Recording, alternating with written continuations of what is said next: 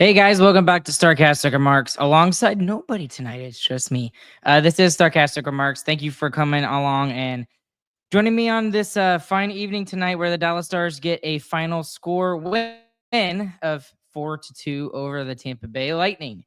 As always, thank you to our sponsors up there in the top right corner. As always, DraftKings, Game Time, and Raycon. That promo code is THPN. Please go there the next time you use it. And as always, follow us on social media at Starcastic, or basically anywhere and everywhere on social media. So, like I said, the Dallas Stars do get a final score win here tonight of 4-2 over the Tampa Bay Lightning. Fantastic game throughout. There's lots of good things to talk about, but just a couple of initial thoughts for this game. This was a statement win for me. This was a statement win. This is a game where we're starting to see the first line kind of get together a little bit more and kind of figure it out. That goal by Roope Hintz was absolutely ridiculous. It was fantastic. It was amazing. And that's the Hintz that we need to see more often. And then, generally speaking, all four lines get in on the offense here tonight. They do exactly what this team was built by Jim Nill to do, what Pete DeBoer expects with his strategy and the way that he rotates all four lines. We got some decent play out of our defense here tonight, especially in the third period. It was excellent. I thought that was just a natural progression as the game went on. Just the defense got so much better as the game went on. The first period, not so much. There was too many rush opportunities, and the speed of the Lightning were getting to us. But we completely flipped this game on its head. I mean, you would have never guessed in the way that the Stars played the third period that they played like almost literally a complete 180 than the way they played in the first period. Now, I am here by myself here tonight, so if you want to get your comments in, and we'll go over that here later on as I go through. And I've just got some notes that I took generally from the game, and as we kind of hit the main points throughout the game, we'll kind of talk about that a little bit. Okay, first things first. The not, I don't want to say the biggest story, but it is noteworthy that Nils Lundkvist is out. So it's not just because he's taken out. He's nursing some kind of injury. He got hurt in the last game, did not return. And again, that just really sucks. I absolutely hate for all of that. Like the only thing that could have made this night a little bit better is Dumba being healthy scratched and Nils Lundkvist being out there instead of Dumba. Smith does draw back into the lineup with the injury to Nils Lundkvist. And just a couple of as I go through my notes here, 16:33, Hintz tries floating it to Johnston. So we're seeing that creativity from that top line a little bit. And then Point splits the defenseman, but he was badgered enough by Miro Heiskanen where he doesn't get all of the shot on it, and Miro is able to get enough on it to where Otter doesn't have to make a huge save on it. However, though, literally 15 seconds later, Cirelli makes it 1-0. And that would be a theme in rebound goals. Rebound goals were the thing, especially for Anthony Cirelli. This is the first of two that he would get. And it was just a sharp angle shot coming from the corner, and Cirelli happened to be there for the rebound. Seguin would get a slap shot chance, and Vasi made a ridiculous save. It was a really good save there. He just completely lays out, and he looked like Dominic Hasek. I'm showing my age there a little bit, but he gets Seguin gets stoned. And I'll pause here for a second to talk about this because this is noteworthy. Seguin is eventually going to explode here. I mean, he is getting chance after chance after chance after chance after chance with it. I would even go back 4 games, probably the last 4 games. He's had at least 2 noteworthy chances in each of the games. But tonight he probably had about 3, maybe even 4. I'll have to go back through my notes and actually tally those up. However, 45 seconds after that Seguin chance, Dadonov scores after Lyubushkin's shot goes off of him. So it was a little bit of a lucky goal, but hey, we'll take that. Dadonov, again, he needs more praise. He's got 9 points on the season. He's already halfway to his goal total from last year. Is this another guy that is playing on the fourth line that could be a 20-goal scorer? That's crazy to think, but right now he is on pace to have 20 goals this year. 12 and a half minutes remaining. Hintz had another chance and would have been better if he was right-handed on this particular chance. That he would have had a better look at that. But Cirelli gets his second rebound goal at 11:26. Miro was all over him and playing decent defense, but it wasn't 100% good defense because he just couldn't tie up the sticks. So the original point shot was also blocked. So it just kind of plopped right there for Cirelli, and Cirelli was like, "Oh, thank you," and went right behind him. So 2-1 Tampa Bay up at this point. And this is where I made the comment, Dallas defense was having problems with the forecheck of the Tampa Bay Lightning, and it's forcing Dallas into turnovers. And like I said earlier, this is the way that the first period was going for the Dallas Stars. It was the complete 180-degree opposite in the third period. We'll get there later. Harley pokes the puck onto Otter as Tampa Bay had a rush chance. It was a little scary, but Otter was alert and made up for it and made sure it did not go behind him. And then I wrote, Dallas just needs more aggressiveness on their forechecking, and I was like, we just need to take a page out of the Tampa Bay playbook right now, and the fact that we're just getting beat on a lot of these forechecking opportunities, especially in our own zone. Dallas would go to the penalty kill. Miro would take a delay of game as the puck goes out of play. Nothing on that power play. The only thing that was of note for me on this penalty kill was that Taylor Radish had a shot that was deflected, and it was in the slot, but still it was good PK work all around from all 12 guys. I think there was 12 or 13 guys during that penalty kill. Bork had a backhand chance as it squeaked out to the front. It was just kind of a freak play. And then Miro, oh my goodness, what a shot he had. He makes it 2-2 at 4:11. And we also have to give credit to probably the Stars' best player right now, Matt Duchene. The backhand saucer all the way across east to west was fantastic. And yes, Duchene does deserve some credit on it, but it doesn't even look that pretty unless Miro takes that and deposits it into the back of the net. So 2-2. And about a minute later, Dallas would go on the penalty kill again. Lyubushkin gets called for Guentzel for holding onto his stick. That was just I hate plays like that. Sorry, I know this is a random tangent, but like one of the things that I absolutely hate is in watching soccer is when these players, they just act like absolute babies trying to look for the yellow card or whatever. It hacks me off, and that reminded me of this particular play because Guentzel, he basically held on to it and fell down. That's what he did. It really pissed me off there.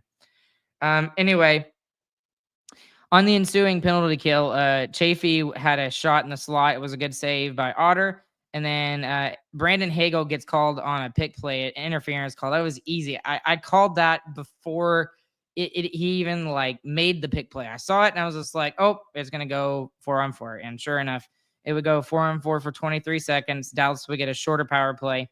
And then Stankoven had like a half chance. It would have been better if he had gotten all of it on the shot. But nonetheless, going into the first intermission, it's tied 2-2.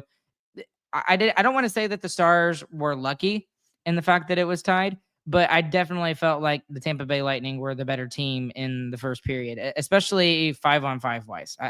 I thought that we were just not doing a very good job in getting out of our zone better. The zone exits were not very good.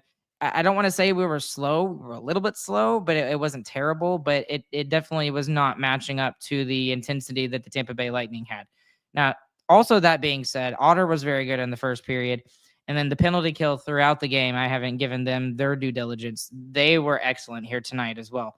And it was really, really, really, really good to go out of that period 2-2. Because again, and they did score the first goal. Tampa Bay did. So the Stars record has not been very good. I think they've had 2 wins out of like 7 or 9 when the other team scores first. So that makes 3 out of 8 or 3 out of 10, whichever one happened tonight. But regardless, end of the first period, 2-2. Going into the second, McDonough is camping out in front all alone. It looks like the play is going the other way, and McDonough's just like, you know what? I'm just going to stay here for a split second. And then he gets a chance there, but no goal there. Lyubushkin makes a really good D play on Asimont. And I guess I'll pause here to talk about Lyubushkin.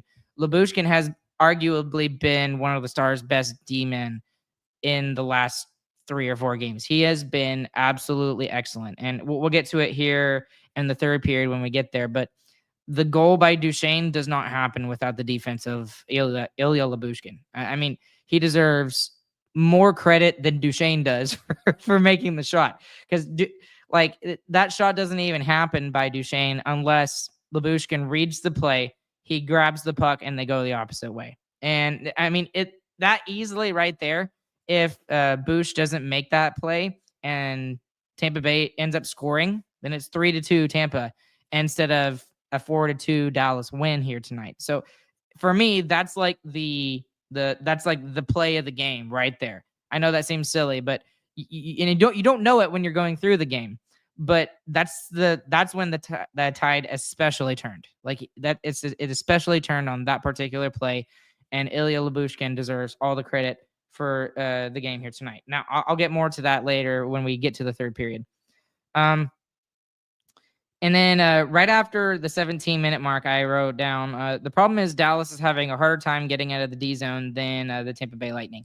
And literally after I said that, I noticed it getting better and better and better throughout the second period. And to where the point by the end of the second period, I was just like, oh, we're going to win this game. I know that seems silly, but that's the way that I felt going into the second intermission. Let's see. Point would have a chance off the rush. It looked like he was shot out of the cannon. That was a comment that was made by Razor. Steele would have a rebound chance. Seguin again with another rebound chance. It took 3 shots to get to Vasilevsky, but it was Seguin who finally gets the third shot off. Dallas had a really bad turnover at 14:27, and Cirelli had a chance alone in front on the backhand. And thank goodness for Jake Oettinger. He was ready for it though too. Let's make another pause to raise up Jake Oettinger here again. I know we kind of halfway expect it now. Like Jake Oettinger is getting to that conversation where we don't talk about him enough because he is just that good, if that makes any sense. Kind of like how we talk about Miro Heiskanen. We don't talk about enough about how good Miro Heiskanen is. It's just that's just the expectation of Miro Heiskanen now, where he plays 22 to 25 minutes a night, and he's just so staunch defensively, and every once in a while chips in offensively. So that's where Jake Oettinger is at this point. It's just that's the expectation as Dallas Stars fans of him, and he's just adding to the eliteness that some of these players have. And now with Hintz starting to come back, and we're starting to see his speed now, especially in the last 2 games, maybe he can finally be added back to that conversation. Hintz and Robertson both, actually.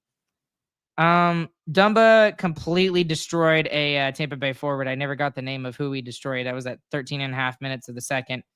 And one of the things that it reminded me of, again, I'm going to show my age a little bit here, but he reminds me a lot of Niklas Kronwall in some ways when it comes to the hitting aspect. He likes to take forwards of the opposite team off guard at their own blue line. Niklas Kronwall was very famous for doing that. When it looked like they were trying to get a zone exit going, Niklas Kronwall would just go in there right at the blue line on either side and just completely obliterate the forward there. And I noticed it at least twice here tonight for Matt Dumba. He might have done it a couple of other times. Anyways, Seguin had another slot shot chance that just misses. Hedman has a blast off the rush, and Otter saw it the whole way. And that's the good defense by the Dallas Stars, making sure that he can see it. Dodonov has another chance as well. He fans on it, and it was an awkward bounce that kind of went in front of Vasilevsky. And then this is where I really noticed we're at halfway through the second period. Zone exits are getting better, and the forechecking is also getting better as we go through this game. So halfway through the game, I'm already noticing it. And then again, another Otter shout out around the 9-minute mark. At 8:40, Lyubushkin had a big hit in his own zone, and then he gets completely obliterated in the O zone as he went into the corner. So I thought that was fun. And you can definitely tell that these two teams definitely do not like each other. It's awesome. Dallas had another chance at 8 minutes, and then they would go back to the penalty kill at 7:45. And this is where I needed to pause again to talk about Matt Dumba. I feel a lot better about it tonight because we do get the win out of it. However, he is still making some really, really, really stupid plays that I cannot stand.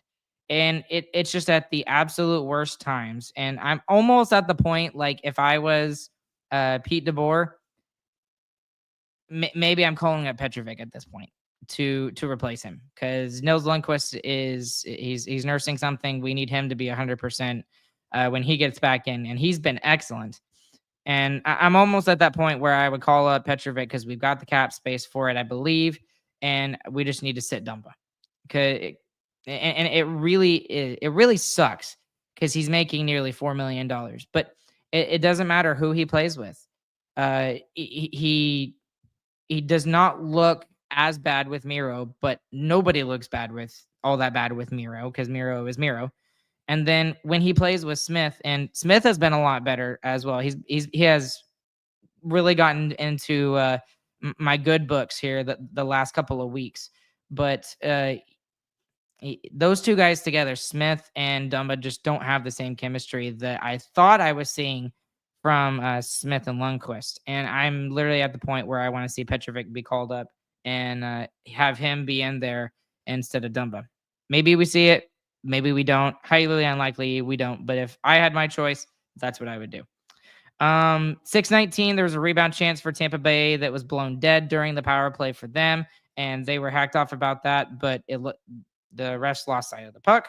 At 5:39, as Dumba's coming out of the box, he gets a shot off on Vasilevsky, and he does trail his leg and makes Vasilevsky fall as Vasilevsky makes the save. Again, that's just a stupid play. Like you were literally asking for a couple of things. First off, you're asking to get right back in the box, and after let me rephrase that. Getting back into the box literally as soon as you're coming out. And then the second thing is that could literally rile up the Tampa Bay Lightning at that point. I'm glad it didn't, but it could have. And this is at the point where we are starting to go downhill. Like, this is where all of the good things are happening for the Stars, and you can feel the momentum finally pushing in the Dallas Stars' favor throughout that second period. And that play by Dumba could have thrown it all up, and it would have been bad for the Stars. Now, on the other side, people could also be saying, well, that point was a 2-2 game, and maybe that could get some momentum for the Stars and, rile up some bad energy, some bad mojo, and get the Stars going. Yeah, but I don't think it did either. It didn't really rile up the Stars, and then it didn't rile up the Tampa Bay Lightning. So no harm, no foul in the play, at least. But he could have gone right back to the box. He could have riled up the Tampa Bay Lightning. So that's just, and maybe I'm just being too negative. But maybe Dumba will get better. At just right now, he is at the far end of the bench for me. Connor Geekie. I love Connor Geekie, by the way. He's a fun guy to watch. He gets a chance after skating behind the net, that disappears, and then comes back again and gets the shot. Smith has a good D play, 4:35. Harley has a slot shot that misses. That's like the third one I think we've had. Dodonov can't get the rebound shot off on a rush chance with less than a minute remaining. The back had the initial good chance, and then that play leads to a Dallas Stars power play. Guentzel gets it for hooking, so a little bit of retribution for the dumb penalty that was called on Lyubushkin earlier. And then Ben had a power play rush chance, and JJ Moser looked like a goalie there. He makes a good save. And at the end of the second period, it is tied 2-2. But what I put here on my notes here is that the Stars are going to win this game. I know that it's hard to say, oh, you're just saying that because they won now and you're talking about it later. But literally, the way that I felt about the game, it was completely going towards us. We had all the momentum. It just felt right. It felt like this is Dallas Stars hockey, especially on the road. Going into the third period, I didn't take a whole bunch of notes here because I was really impressed. I was just watching the game. I was having a lot of fun with it. Labushkin had a good play. Duchesne makes it 3-2. He scores off the rush on the short side, past the glove of Vasilevsky. And that's where I was talking earlier about the D play by Labushkin that was huge. He was the reason why that goal was scored. Dallas would go on the power play. Gensel would get it for hooking. So Gensel is back in the box for the second time. And then we finally see Roope Hintz do Roope Hintz things. He makes it 4-2 for Dallas on a rush chance, and he was absolutely flying. I mean, seriously, let's go. That's I literally put that on my notes. That was fantastic. I loved watching him skate like that. He reminds me so much of Mike Madonna when he does that. Dumba does destroy Girgensons down in his own zone at some point. Johnson had a rush chance on the breakaway, and then Hintz also had a rebound off of the same play. And then after that, it really wasn't much other than Dallas just with textbook, away game, full team defense. And then also some really good stops by Jake Ottinger as well. So that's all the notes I've got for the game. Just kind of an overview for the game in general. The things that I do want to talk about once more and bring up is the penalty kill continues to be excellent for the Stars. They're getting all four lines involved in the offense here tonight, I believe, at the very least. And I know that the top line didn't get a 5-on-5 goal, but Hintz does get in there on the power play. And again, that's the third thing I want to talk about is the Stars are finally scoring on the power play again. We saw that here. That just gave us insurance and made this game so much more easy to go through and kind of lock down towards the end. So everything that we need and that we expect out of this team happened here tonight. So this is textbook Dallas Stars hockey. This is the way the games need to go. There's not many negatives to take out of this game. There's really not, other than the fact that, I would like to see a better effort out of the first period. But again, no harm, no foul, because they ended up 0-0 by the end of the first period. It was 2-2 technically. So, and then, all the players you need to be your best players were your best players. The second line continues to be the Stars' best line throughout the regular season. The top line is finally starting to get going. You're seeing Labushkin really step up. Do we see him maybe go up to the top pairing? And maybe they give him an opportunity on that top pairing. And I know me, Chris, and James in the past have talked about, we don't want to raise him up just because he's playing well and raise him up to the top pairing just because he's playing well and then see him fall back to the earth and not be as good. Because that's technically where he probably should be, is on a second pairing, because he's playing really well. But the deal is Dumba is not fulfilling his role as expected as one of the top four defensemen making $4 million. And maybe Labushkin deserves, maybe it's time to try it. Maybe it's honestly time to try it.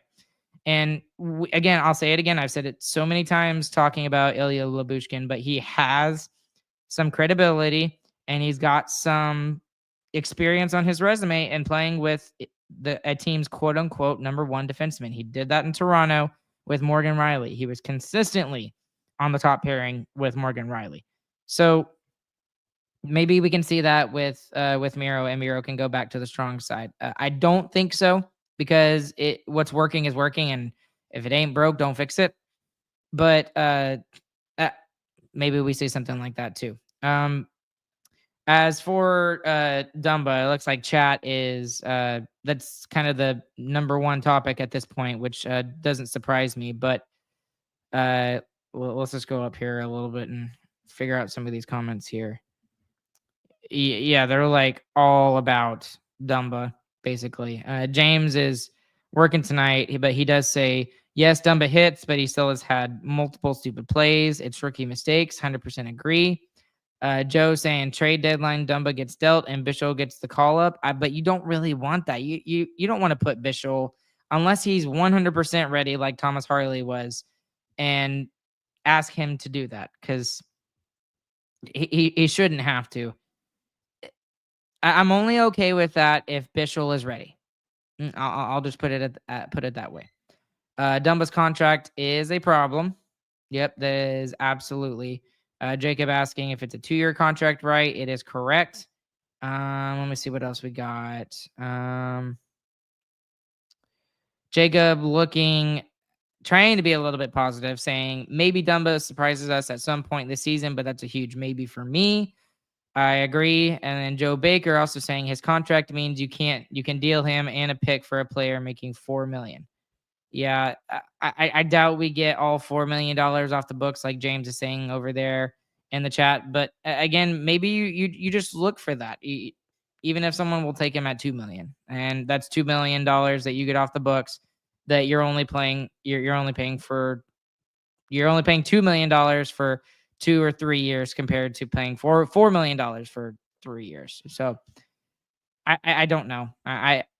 That's going to be a point of contention. It seems like every single year with the Dallas Stars right now is just one player on defense seems to be the issue. And at some point you're thinking like, would you rather have Matt Dumba or would you rather have Ryan Suter? And I think the Stars congregation would say neither. Like honestly, at this point, I think they would take either one, or they would take anybody else except for either of these players right now. So the nice thing is that Dumba is much younger. Dumba is much younger than Ryan Suter. So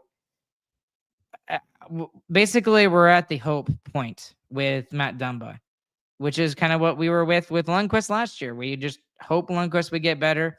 Lundqvist has been better. Maybe Dumba can be better for the rest of this season. Okay, let's get into biggest winner and biggest loser here tonight.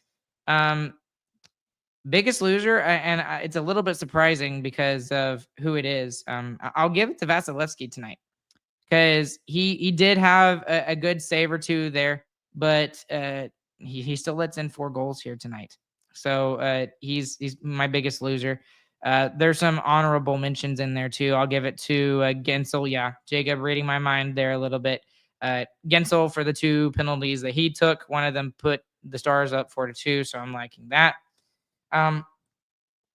For me, for the biggest winner, there's a couple that you could choose from. You could choose from Jake Ottinger, like Jacob did. You could choose Roope Hintz. You could choose Matt Duchene, continuing to lead the Stars in offense. But I'll give it to Ilya Lyubushkin. I think he deserves it. He's kind of like an Esa Lindell-esque player in that when he does make a huge play like he did today, the turning point of the game.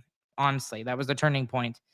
Then he deserves to have the biggest winner title here tonight. So I'll give that to him. And yeah, I mean, you could give it to Robo. Even Robo gets back on the score sheet tonight with an assist. We could talk about the special teams, the penalty kill, the power play. Everything seemed to really click for the Stars here tonight.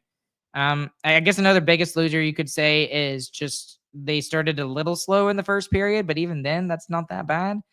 So it's just a lot of fun watching the Stars right now. This was a statement game. This needs to be a game that the Stars can consistently lean upon when they go on the road.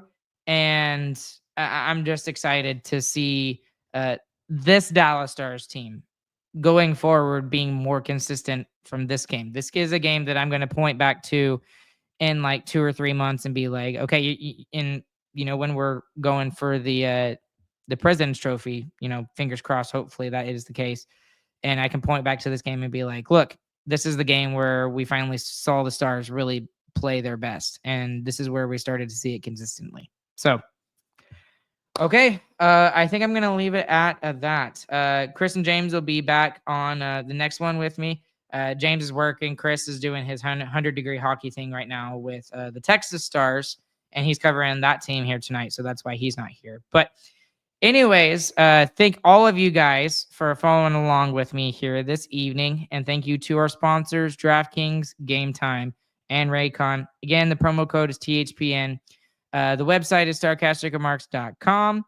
Follow us on social media anywhere at SarcasticArt. And if you're watching on YouTube, click like and subscribe. And as always, if you're listening on the audio side, please leave us a 5-star review anywhere you are listening, whether it be Apple Podcasts, Spotify, Overcast, whatever. we'd really appreciate it. That's the best way to help us grow. Alongside nobody tonight. Sad day. No, I'm just kidding. My name is Ryan. Thank you guys for following along. We'll catch you guys again on the next one, and we hope you guys have a good, fantastic morning, afternoon, evening, whenever you guys are listening. And since Chris is not here to say it, I'll say it for him. GG, boys.